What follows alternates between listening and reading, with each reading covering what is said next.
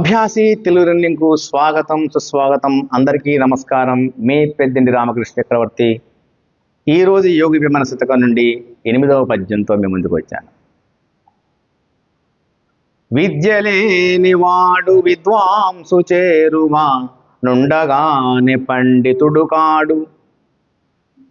కొలని హంసలకడ కొక్కెరలున్నట్లు విశ్వదాభిరామ వినురవేమా. చూడండి ఎంత అద్భుతమైన పద్యం. విద్యలేని వాడు విద్వాంసు చేరువా అంటే ఏమీ చదువుకొనివాడు, అక్షరజ్ఞానం లేనివాడు విద్వాంసు చేరువ విద్వాంసుడి వద్ద ఉన్నప్పుడు ఉండగానే పండితుడు కాడు. ఏమి అక్షరజ్ఞానం లేదు, ఒక్క మొక్క చదువుకోలేదు. అలాంటి వాడు విద్వాంసుడి వద్ద ఉన్నను పనిచేసినను ఆయన సాంగత్యంలో గడిపినను కూడా పండితుడు మాత్రం కాలేడు. అది ఎలా అంటే కొలని హంసలకడ ఒక్కెరలున్నట్లు. సరస్సులో రాజహంసలు ఉంటాయి.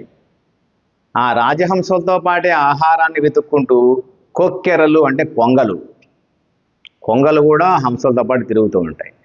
అలా ఒకే సరస్సులో రాజహంసలతో పాటు కొంగలు ఉన్నా కూడా కొంగ ఎప్పటికీ రాజహంస కాదు. కొంగని ఎవరూ హంస అనరు. హంస హంసే, కొంగ కొంగే. అలా హంస కొంగ ఎలా అయితే ఉంటాయో విద్వాంసుడు విద్య లేనివాడు కూడా అంతే అని వేమన యొక్క భావం. చాలా అద్భుతమైంది. ఇవి మనం ఉదాహరించుకుంటూ భవిష్యత్తులో మనం అన్నీ తెలుసుకుంటూ మన మనుగడని కొనసాగించాల్సిన అవసరం ఎంతైనా ఉంది.